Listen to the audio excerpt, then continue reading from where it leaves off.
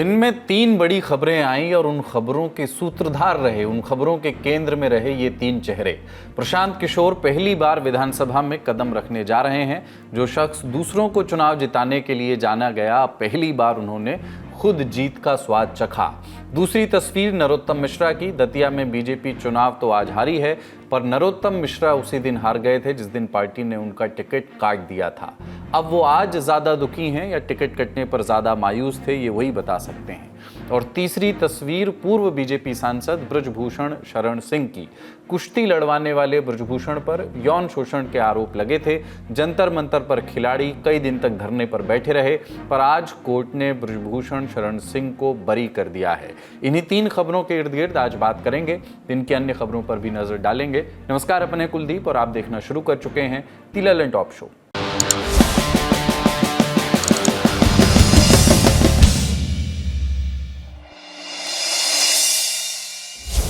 JP Nadda के बाद नया राष्ट्रीय अध्यक्ष कौन होगा, बीजेपी ने इस एक सवाल पर महीनों मंथन किया। 15 दिसंबर 2025 को आखिरकार नड्डा को उनकी इस जिम्मेदारी से मुक्त किया गया और इसी दिन ये तय हुआ कि देश की राजनीति में एक नहीं 2 चेहरों के राजनीतिक भविष्य का उदय होने वाला है। पहले नितिन नवीन, जो जेपी नड्डा की जगह बीजेपी के राष्ट्रीय अध्यक्ष बने, और दूसरे प्रशांत किशोर, जिन्होंने आज बिहार की बांकीपुर सीट से, जो नितिन नवीन के विधानसभा से इस्तीफे के बाद खाली हुई थी, वहां से उपचुनाव जीत करके उनकी बतौर विधायक जगह ले ली है। जन स्वराज पार्टी के सर्वेसर्वा प्रशांत किशोर ने 2025 में विधानसभा चुनाव नहीं लड़ा था, प्रचार किया लेकिन चुनाव नहीं लड़ा खुद उन्होंने। उनकी पार्टी पहली बार जरूर मैदान में उतरी, पर एक भी सीट नहीं जीत पाई। पीके के लिए एक बड़ा सेटबैक था। 238 में से 2 सीटें सिर्फ ऐसी थी जहां उनकी जमानत जब्त नहीं हुई थी।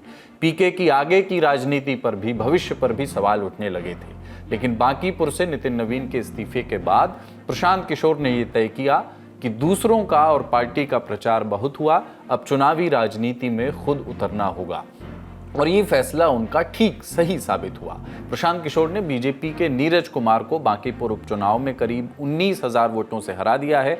चुनावी रणनीतिकार का चोला उतार करके अब वो विधायक बन गए हैं और विधायक बनते ही प्रशांत किशोर ने पहला निशाना बिहार के मुख्यमंत्री सम्राट चौधरी पर साधा। ये चुनाव विधायक बनाने के लिए नहीं बना हुआ था। ये पहले दिन से हम लोग कह रहे थे कि बांकीपुर का चुनाव विधायक चुनने के लिए नहीं है। ये बिहार में भाजपा एनडीए की जो सरकार है, उसका जो नेतृत्व है, उस पर निर्णय लेने के लिए ये चुनाव हो रहा है। और बांकीपुर की जनता ने बड़ा स्पष्ट ये अपनी ओर से और बिहार के लोगों की ओर से ये मत दिया है कि भाजपा के केंद्रीय नेतृत्व को ये सोचना चाहिए, विचार करना चाहिए और बिहार के हित में, बिहार के बच्चों के हित में, बिहार में एक अच्छे व्यक्ति को, चरित्रवान और काबिल व्यक्ति को बिहार की कमान सौंपनी चाहिए। बिहार में हर हालत में शिक्षा हो, रोजगार हो, पलायन रुके, यही संदेश मैं इस जीत में देखता हूं। पीके ने सिर्फ एक चुनाव नहीं जीता है, इस सीट का महत्व बड़ा है। बांकीपुर बीजेपी की प्रतिष्ठा से जुड़ी सीट रही है। मौजूदा राष्ट्रीय अध्यक्ष नितिन नवीन की पारंपरिक सीट रही।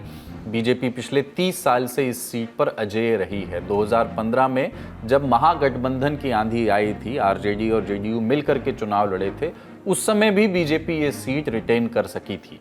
पहले पटना वेस्ट और 2008 के परिसीमन के बाद बांकीपुर। 1995 से ये सीट बीजेपी के ही कब्जे में थी। 5 बार नितिन बांकीपुर से खुद चुनाव जीते और उसके पहले 3 बार उनके पिता नवीन प्रसाद सिन्हा इसी सीट से विधायक रहे। पर प्रशांत किशोर ने अब इस सिलसिले को तोड़ दिया है। बांकीपुर में उलटफेर हो सकता है, इस बात के संकेत चुनाव वाले दिन ही नजर आने लगे थे। 35% से भी कम लोगों ने मतदान किया। इस सीट पर मतदान कम रहता ही है, लेकिन 2025 की तुलना में इस बार 7% और कम हो गया। तो आखिर इस बार ऐसा क्या हुआ जो पहली बार चुनाव लड़ रहे प्रशांत किशोर ने बीजेपी को आसानी से यहां से चुनाव हरा दिया?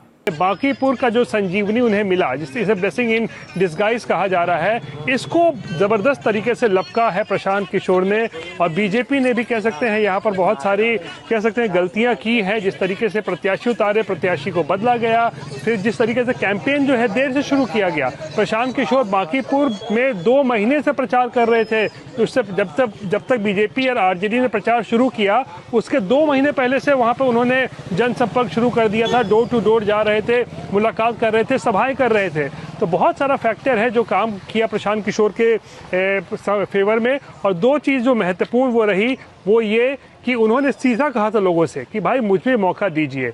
एक सीट अगर बीजेपी हार जाएगी सरकार को कोई फर्क नहीं पड़ेगा, एक सीट अगर आरजेडी भी जीत जाएगी उसको भी कोई फर्क नहीं पड़ेगा। तो इसीलिए आप लोग न्यूट्रल होकर मुझे वोट करेंगे तो मैं कुछ परिवर्तन कर सकता हूं। तो इसीलिए लगता है ये नैरेटिव जो है ये सेट हुआ है। ऐसा नहीं है कि बीजेपी ने इस चुनाव को सीरियसली नहीं लड़ा। 40 स्टार कैंपेनर उपचुनाव में उतारे गए थे। खुद नितिन नवीन ने मोर्चा संभाला, सीएम सम्राट चौधरी, प्रदेश अध्यक्ष संजय सरावगी, ये सब मैदान में थे, चुनाव प्रचार कर रहे थे। 2 केंद्रीय मंत्रियों की भी ड्यूटी लगी, नित्यानंद राय और गिरिराज सिंह, वो भी स्टार कैंपेनर्स में शामिल थे। तमाम बड़े नेता मैदान में थे। लिस्ट आप स्क्रीन पर देख सकते हैं। भोजपुरी इंडस्ट्री से जुड़े लोग भी प्रचार करने पहुंचे थे। हजारों की संख्या में कार्यकर्ता चुनाव की तैयारी में जुटे थे। फिर भी जो लोग वोट डालने निकलना था जिन्हें घर से, बीजेपी जिसकी अपेक्षा कर रही थी कि जिस संख्या में लोग वोट डालने निकलेंगे वो नहीं निकले, और जो निकले उन्होंने प्रशांत किशोर को ज़्यादा अहमियत दी। प्रशांत किशोर किसी पहचान के मोहताज नहीं थे। सालों बैकएंड पर काम करने के बाद वो फेस वैल्यू की अहमियत जान गए थे। वो इस बात को बखूबी पहचान गए थे कि अगर अपनी बात का पॉलिटिकल वेटेज बढ़ाना है, राजनीतिक वजन बढ़ाना है, तो चुनावी राजनीति में उतरना ही एक रास्ता है। और शायद इसलिए प्रशांत किशोर ने बांकीपुर विधानसभा से खुद उपचुनाव लड़ना चुना। इसे उपचुनाव को इतनी चर्चा मिल रही है तो उसकी वजह भी प्रशांत किशोर ही हैं। बिहार की राजनीति पिछले कुछ समय से एक बदलाव से गुजर रही है, एक ट्रांजिशन फेज रहा है। कर्पूरी ठाकुर के बाद लालू यादव और नीतीश कुमार, उन्होंने बिहार के राजनीतिक विमर्श पर एक तरीके से उनका कब्जा रहा। और सिर्फ पॉलिटिकल डिस्कोर्स ही नहीं, बिहार की चुनावी राजनीति में भी लालू और नीतीश 2 ध्रुव की तरह रहे हैं। लेकिन अब दोनों ही नेता बिहार की राजनीति से रुखसत हो चुके हैं। उनके वारिस जरूर अपनी अपनी पार्टियां संभाल रहे हैं, पर इसके बाद भी बिहार संभवतः किसी एक पॉलिटिकल वैक्यूम को महसूस कर रहा होगा। ऐसे में प्रशांत किशोर एक नई राजनीति की बात तो कर रहे हैं। सवाल है कि क्या प्रशांत किशोर का चुनाव जीतना बिहार में कोई किसी नई तरह की राजनीति की शुरुआत के संकेत हैं? क्या बिहार की राजनीति के समीकरण पर इसका असर पड़ेगा? मैं एक छोटी सी बात बता रहा हूँ कि मैंने अभी डेटा देखा, एएन कॉलेज के ठीक सामने जो कॉन्स्टिट्यूएंसी हमारी है, वहां पहली बार बीजेपी को वोट नहीं मिले हैं, ये पॉकेट बरो में। और ये पूरा का पूरा यहाँ पर ऐसा हर तीसरे घर का कोई ना कोई व्यक्ति या तो माइग्रेंट है, या कोई आईएएस है, आईपीएस है, इंजीनियर है, डॉक्टर है, आईआईटी है। तो ये बहुत ही सिंबॉलिकली महत्वपूर्ण कॉन्स्टिट्यूएंसी है। इस कॉन्स्टिट्यूएंसी को चुनना और इससे जीतना, इस पॉकेट बरो से जीतना और एक यूथ लीडर में ढूंढना, तो एक कॉन्टिन्यूटी भी है। इससे मैं नहीं मानता हूं कि ये बीजेपी की एक इतनी बड़ी हार है या नितिन नवीन जी की हार है। सिंबॉलिकली वो इस चीज को बता रहा है पॉलिटिकली कि बिहार में यूथ हैज अराइव्ड। तो बड़ा सवाल ये मुझे आज के इस चुनाव परिणाम में आ रहा है, क्या वास्तव में बिहार में मिलेनियल जनरेशन, जिसमें मैंने लिखा है, या जनरेशन जी के रूप में क्या बदलते हुए बिहार या नए बिहार में क्या हमें नए लीडर की तलाश में क्या मुझे मिल रहे हैं, जैसे चिराग पासवान जी हों या तेजस्वी हों या प्रशांत किशोर। ये सब एक नई जो युवा पीढ़ी उभर के आ रही है देश में आज, उसमें प्रशांत किशोर थोड़े अलग से हैं। ना वो किसी परिवार से आते हैं, जिसे हमारी पॉलिटिकल साइंटिस्ट कंचन चंद्रा कहती थी पॉलिटिकल डायनेस्टी, ना वो किसी ऐसे जंगल राज की लेगेसी से आ रहे हैं। तो निश्चित रूप से मुझे लगता है ये बड़ा फ्रेश परिवर्तन की तरफ इंगित कर रहा है। इस चुनाव में एक और पहलू पर बात करने की जरूरत है। बांकीपुर उपचुनाव में पीके के कहने पर कांग्रेस ने अपना कोई कैंडिडेट नहीं उतारा, लेकिन लालू यादव की पार्टी, तेजस्वी यादव की पार्टी, राष्ट्रीय जनता दल ने रेखा कुमारी को चुनाव लड़वाया था। रेखा कुमारी को कुल 15,000 वोट भी नहीं मिले। इससे ज्यादा प्रशांत किशोर और नीरज कुमार के बीच हार जीत का अंतर है। पर क्या आरजेडी के इस प्रदर्शन को सिर्फ रेखा कुमारी का प्रदर्शन माना जाना चाहिए? तेजस्वी यादव इस उपचुनाव में ज्यादा नजर नहीं आए। पीके ने तो इस चुनाव को करो या मरो की तर्ज पर लड़ा। बीजेपी ने भी कोई कसर नहीं छोड़ी, लेकिन आरजेडी का चुनाव प्रचार और नतीजा दोनों ही उनकी राजनीति के लिए बिल्कुल मुफीद नहीं है। विधानसभा चुनाव में आरजेडी का प्रदर्शन बेहद खराब रहा है। आरजेडी को सिर्फ 25 सीटें मिली थीं और अब बांकीपुर में पार्टी तीसरे स्थान पर आ गई। सवाल तेजस्वी यादव पर भी उठ रहे हैं। सवाल ये भी उठ रहे हैं कि क्या पीके की इस एंट्री से तेजस्वी यादव और आरजेडी पर भी असर पड़ सकता है। जो नया ध्रुवीकरण होगा, उस ध्रुवीकरण में साफ दिखाई दे रहा है कि नए नेता के रूप में मैं कई बार मैं चर्चा कर चुका हूं और लिखा भी हूं कि चिराग पासवान जी में बहुत संभावना है, क्योंकि उनके पास संगठन है, उनके पास एक फॉलोअर्स हैं और वो जमीन से जुड़े हुए राजनेता रहे हैं। दूसरी तरफ जो पदयात्रा करके, ग्रास रूट मोबिलाइजेशन करके और जिन संभावनाओं की राजनीति लेकर प्रशांत किशोर आए हैं, उससे बिहार की राजनीति में ध्रुवीकरण वैसा ही होगा जैसा कि 67 के चुनाव के बाद हुआ था। तो थोड़ा टर्बुलेंस आएगा, थोड़ी फ्लूइडिटी रहेगा, बट एक बात जरूर चाहिए, मैंने करीब करीब 24 राउंड के रिजल्ट्स को देखता रहा और ये मुझे लगा कि आरजेडी पूरी तरह से खारिज हो गई है। ये अर्बन कॉन्स्टिट्यूएंसी है और ये महत्वपूर्ण कॉन्स्टिट्यूएंसी है, बट बिहार में कोई भी अर्बन कॉन्स्टिट्यूएंसी पूरी नहीं होती है। सभी के पैर गांवों में रहते हैं, हम सभी माइग्रेंट होते हैं। तो इससे मुझे लगता है कि सबसे ज्यादा खतरा जो आ रहा है वो आरजेडी के जो जो भविष्य है उस पर एक बड़ा निशान खड़ा होता है। और मुझे लगता है कि अगर कांग्रेस और लेफ्ट पार्टीज अपना विचार मंथन करती है और अगर वो प्रशांत किशोर के विजन के साथ बदलते हुए बिहार के विजन की तरफ आते हैं, तो निश्चित रूप से आरजेडी के लिए हाशिए पे आने की स्थिति हो जाएगी। तो ये थी बिहार की बात। अब चलते हैं मध्य प्रदेश। दतिया में भी उपचुनाव थे और वहां से भी बीजेपी के लिए अच्छी खबर नहीं आई है। कांग्रेस उम्मीदवार कुंवर घनश्याम सिंह ने बीजेपी के आशुतोष तिवारी को 6016 वोट से हरा दिया। अब बीजेपी के लिए मंथन का विषय है कि नरोत्तम मिश्रा को टिकट न देना सही फैसला था या दतिया की सीट हार जाना। इस एक चुनाव के लिए सड़क जाम से लेकर लॉ एंड ऑर्डर की सिचुएशन क्रिएट हो गई थी। नरोत्तम मिश्रा को भोपाल से लेकर दिल्ली तक तलब किया गया। मान तो वो गए, लेकिन मंच पर रोते हुए, भावुक होते हुए नरोत्तम मिश्रा का वीडियो वायरल हुआ तो दतिया के कार्यकर्ताओं से लेकर जनता तक मैसेज चला गया। तो कांग्रेस दतिया से जीत चुकी है और उसकी जीत ने एक बात और साफ कर दी। चुनाव में उतरने से पहले कांग्रेस जितनी बिखरी हुई दिख रही थी मैदान में, उतनी कमजोर वो साबित नहीं हुई। हालांकि विवाद वहां भी कम नहीं हुए। मतगणना से सिर्फ 24 घंटे पहले कांग्रेस ने अपने पूर्व विधायक राजेंद्र भारती को निलंबित कर दिया था। बैंक धोखाधड़ी के मामले में सजा के बाद भारती की विधानसभा सदस्यता चली गई थी और इसी वजह से ये उपचुनाव हुआ। भारती को कांग्रेस ने कल इसलिए पार्टी से निकाला क्योंकि उन पर पार्टी के खिलाफ काम करने के आरोप लगे थे। पर आज कांग्रेस के लिए अच्छी खबर आई है। सवाल ये भी है कि आखिर इस चुनाव नतीजों के पीछे फैक्टर्स क्या रहे। भारतीय जनता पार्टी के चुनाव जीतने और हारने का केवल एक ही फैक्टर था वहां पे, नरोत्तम मिश्रा।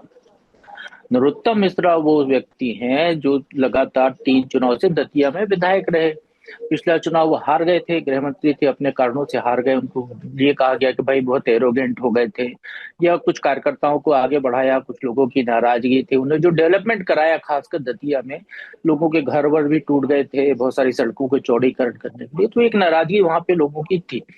वही फैक्टर नरोत्तम मिश्रा 2.5 साल में कांग्रेस के विधायक रहने के दौरान जब वहां पे विकास नहीं हुआ, तो उस दौरान नरोत्तम मिश्रा की लोगों की याद है। नरोत्तम मिश्रा लगातार क्षेत्र में संपर्क में रहे लोग, तो इस बार नरोत्तम मिश्रा ने ही वो सीट खाली करवाई थी पूरी तरह से। ये कहें तो एक तरीके से उस सीट खाली होने के पीछे राजेंद्र भारती का जो केस है पुराना, उसको निकलवाना, कोर्ट तक जाना, सारी चीजें। तो नरोत्तम मिश्रा ने अपनी चुनावी तैयारी कर दी थी। पूरा चुनाव मैदान में वो लगातार सक्रिय भी थे, लेकिन हुआ क्या कि पार्टी ने टिकट बदल दी।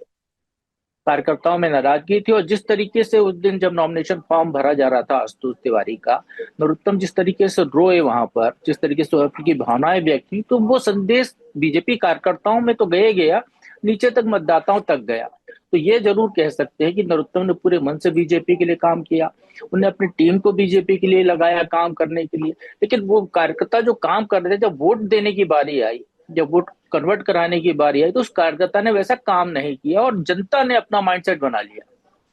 इसके उलट यदि हम कहें कि कांग्रेस के जो कैंडिडेट हैं घनश्याम सिंह, तो घनश्याम सिंह वहां के राजा हैं, पहले 2 बार विधायक रहे हैं, उनकी लोकल इमेज थी, बहुत सहज सरल व्यक्ति है, डाउन टू अर्थ है।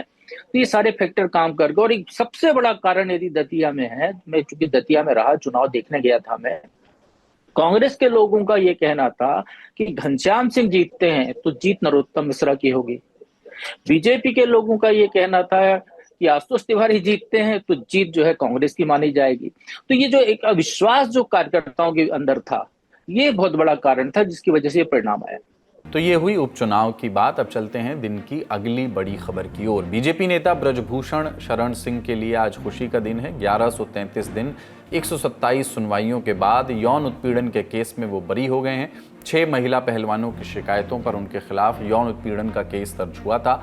आज राउज एवेन्यू कोर्ट ने ब्रजभूषण और कुश्ती महासंघ के पूर्व सचिव विनोद तोमर को बरी कर दिया।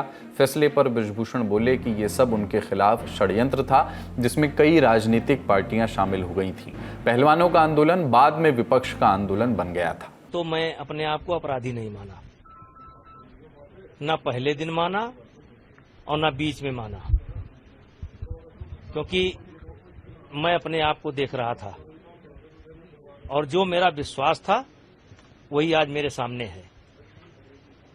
ये झूठ था, सोचा समझा ये षड्यंत्र था जिसमें देश की कई पार्टियां शामिल हो गईं। ये खिलाड़ियों का आंदोलन न रह करके ये विपक्ष का आंदोलन बन गया था और आज न्यायपालिका से मुझे क्लीन चिट मिली और मैं बहुत टेंशन में न था न हूं। ब्रजभूषण शरण सिंह पर आरोप लगाने वाली पहलवानों में से एक विनेश फोगट ने फैसले पर दुख जताया है। एक्स पर लिखा कि उम्मीद नहीं छोड़ी है, फैसले के खिलाफ अपील करेंगे। शो लिखे जाने तक फैसले की डिटेल्ड कॉपी नहीं आई है, उसके ब्यौरे अभी नहीं आए हैं। राउज एवेन्यू कोर्ट के अतिरिक्त मुख्य न्यायिक मजिस्ट्रेट अश्विनी पवार ने आज आदेश पारित किया है, लेकिन 3.5 साल तक चले इस विवाद ने भारतीय कुश्ती और राजनीतिक व्यवस्था को प्रभावित किया। पहली बार देश ने ओलंपिक पदकधारी पहलवानों को जंतर मंतर पर प्रोटेस्ट करते हुए देखा। आंदोलन के बरक्स देश ने पहली बार खिलाड़ी अपना मेडल गंगा में बहाने हरिद्वार पहुंच गए थे। देश ने देखा कि गोंडा और उसके आसपास की सीटों पर अपना प्रभुत्व रखने वाले ब्रजभूषण शरण सिंह का टिकट भी काटा गया। शुरुआत हुई थी जनवरी 2023 में। ओलंपिक और राष्ट्रमंडल खेलों के पदकधारी पहलवानों ने जंतर मंतर पर प्रोटेस्ट शुरू किया। प्रदर्शनकारियों में विनेश फोगाट, साक्षी मलिक और बजरंग पुनिया समेत कुछ पहलवान थे। पहलवानों ने ब्रजभूषण शरण सिंह पर यौन उत्पीड़न, डराने धमकाने और पद के दुरुपयोग के आरोप लगाए। उस वक्त ब्रजभूषण भाजपा के सांसद के अलावा भारतीय कुश्ती महासंघ के अध्यक्ष भी थे। पहलवानों की मांग थी ब्रजभूषण सिंह की तत्काल गिरफ्तारी हो और उन्हें WFI के अध्यक्ष पद से हटाया जाए। पहले समझाइश बुझाइश की कोशिश की गई, तब खेल मंत्री रहे अनुराग ठाकुर और पहलवानों के बीच बातचीत हुई। वर्ल्ड चैंपियन मुक्केबाज मैरी कॉम की अध्यक्षता में कमेटी बनी। कमेटी को आरोपों की जांच का काम सौंपा गया। सरकारी आश्वासन के बाद पहलवानों ने कुछ महीनों के लिए आंदोलन स्थगित कर दिया, लेकिन कमेटी की रिपोर्ट से पहलवान संतुष्ट नहीं हुए। आरोप लगाया कि ब्रजभूषण के खिलाफ कोई ठोस कार्रवाई नहीं हुई। अप्रैल 2023 में धरना फिर से शुरू हुआ। 6 महिला पहलवानों ने थाने में शिकायत दर्ज कराई, लेकिन पुलिस ने तुरंत FIR दर्ज कराने से मना कर दिया, जिससे नाराज पहलवान सुप्रीम कोर्ट पहुंचे। जिसके बाद 28 अप्रैल को दिल्ली पुलिस ने 2 FIR दर्ज की। पहली FIR 6 महिला पहलवानों की शिकायत पर दर्ज हुई। आरोप लगा यौन उत्पीड़न, स्टॉकिंग और आपराधिक धमकी का। दूसरी FIR एक नाबालिग पहलवान की शिकायत पर हुई, जिसमें पॉक्सो कानून के तहत केस दर्ज हुआ। पॉक्सो लगने के बाद मामला और गंभीर हो गया। लेकिन इस बीच ब्रजभूषण शरण सिंह लगातार खुद को निर्दोष बताते रहे और अपने ऊपर लगे सभी आरोपों को निराधार कहते रहे। विरोध का सबसे हाई पॉइंट 28 मई 2023 के रोज आया। एक तरफ PM मोदी नए संसद भवन का उद्घाटन कर रहे थे और दूसरी ओर पहलवानों ने संसद भवन तक मार्च करने का फैसला किया। सुरक्षा कर्मियों ने पहलवानों के मार्च को बीच में रोक लिया। हंगामा हुआ, हाथापाई हुई, कई पहलवानों को पुलिस ने हिरासत में लिया। देश दुनिया में इसकी तस्वीर उस समय खूब वायरल हुई। इसके बाद पहलवानों ने विरोध का एक नया तरीका निकाला और जा पहुंचे दिल्ली से हरिद्वार गंगा नदी में अपना पदक बहाने। लेकिन किसान नेता नरेश टिकैत के बीच बचाव और केंद्र सरकार से बातचीत के बाद फैसला टल गया। 15 जून 2023 के दिन दिल्ली पुलिस ने अदालत में 1000 पन्ने की चार्जशीट दाखिल की। चार्जशीट में 4 राज्यों के कम से कम 22 गवाहों के बयानों का जिक्र था, जिसमें पहलवान, रेफरी, कोच और फिजियोथेरेपिस्ट भी शामिल थे। चार्जशीट पहली वाली FIR के केस में दर्ज हुई। दूसरी वाली FIR, जो एक नाबालिग पहलवान की शिकायत पर दर्ज की गई थी, उसमें पुलिस ने क्लोजर रिपोर्ट दाखिल कर दी। पुलिस का कहना था कि केस चलाने लायक पर्याप्त सबूत नहीं मिले और शिकायत वापस ले ली गई। जुलाई 2023 में कोर्ट में सुनवाई शुरू हुई। मई 2024 में बृजभूषण शरण सिंह और विनोद तोमर के खिलाफ आरोप तय हुए। दोनों ने खुद को बेगुनाह बताया। इस बीच देश में लोकसभा चुनाव शुरू हो चुके थे। सबकी निगाहें यूपी की कैसरगंज सीट पर थीं। ये बृजभूषण शरण सिंह की परंपरागत सीट रही है। लगातार 3 दफा यहां से वो सांसद रह चुके। आसपास के सीटों पर भी उनका अच्छा प्रभाव रहा है, लेकिन बीजेपी ने सिटिंग सांसद की जगह उनके बेटे करण भूषण को टिकट दिया।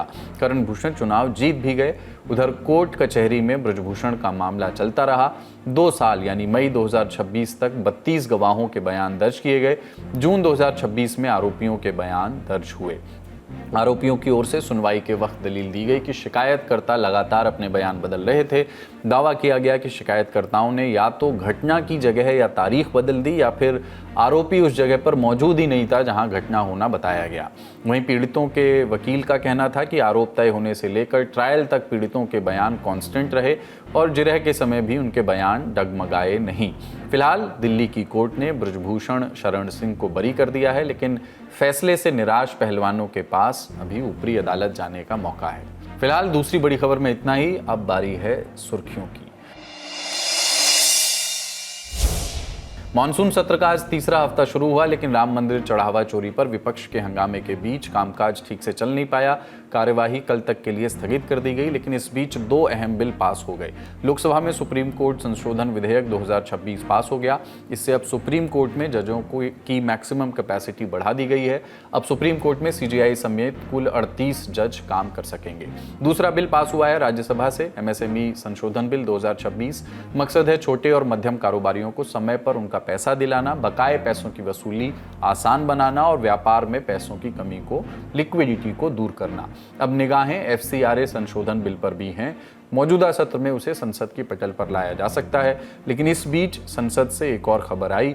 राम मंदिर चढ़ावा चोरी का विरोध करने के लिए विपक्षी सांसदों ने पिछले हफ्ते एक नाटक प्रस्तुत किया था। इसमें हिस्सा लेने वाले पूर्णिया से निर्दलीय सांसद पप्पू यादव, कांग्रेस सांसद राहुल गांधी और सपा सांसद अवधेश प्रसाद के खिलाफ एफआईआर दर्ज हो गई थी। एफआईआर के बाद विपक्षी दलों में बिखराव नजर आ रहा है। पप्पू यादव के एक्ट से सपा के 2 सांसदों ने खुद को अलग कर लिया है। सपा सांसद रामगोपाल यादव और राजीव राय ने पप्पू यादव के एक्ट पर आपत्ति जताई है। गलत था, क्योंकि जो राम मंदिर में चोरी हुई है उससे संतों का कोई वास्ता नहीं। तो बेसिकली गलत चीज थी, होना नहीं चाहिए था। गलत। सपा का कहना है कि मुद्दा एक है, लेकिन रास्ते अलग हैं। पार्टी अपनी तरह से विरोध करेगी, वो किसी के ड्रामा का हिस्सा नहीं बनेगी। क्या जंतर मंतर विरोध प्रदर्शन की सही जगह नहीं है? प्रोटेस्ट की सही जगह कहां होनी चाहिए? इस मसले का हल निकालने के लिए सुप्रीम कोर्ट में एक याचिका लगाई गई थी। दलील दी गई कि विरोध प्रदर्शनों के कारण लंबे समय तक लगता है जाम, और जाम के कारण आम लोगों को आवाजाही में होती है मुश्किल। याचिकाकर्ताओं के वकील आकर्षण आदित्य बोले कि 20 जुलाई जैसी दूसरी घटना से बचना चाहिए। सीजेआई सूर्यकांत की 3 जजों की बेंच ने याचिका का संज्ञान लिया। सॉलिसिटर जनरल तुषार मेहता को अधिकारियों से सलाह मशविरा करने को कहा। सीजेआई बोले कि याचिका में कहा गया है कि आवाजाही की समस्या, मेडिकल जरूरतों की आपूर्ति, सीवरेज आदि के कारण जंतर मंतर अब ऐसे प्रदर्शनों के लिए सही जगह नहीं है। मुझे लगता है कि ये महत्वपूर्ण है। जंतर मंतर की जगह विकल्प क्या है? याचिका में विकल्प के तौर पर रामलीला मैदान या किसी अन्य पर्याप्त बड़े सुरक्षित मैदान को प्रदर्शन स्थल घोषित करने की बात कही गई है। सीजेआई ने कहा कि सरकार जानती है कि इसे कैसे संभालना है। अगर वो ये नहीं कर पाते तो हमारे पास आएं। सुप्रीम कोर्ट ने केंद्र को नोटिस जारी किया है। देखना होगा कि 3 दशक से दिल्ली में हर बड़े प्रदर्शन का गवाह रहा जंतर मंतर का भविष्य अब क्या होगा। तो ललन टॉप शो में आज इतना ही। अपना और अपनों का ख्याल रखिए। ललन टॉप देखते रहिए। शुक्रिया। शुभ रात्रि।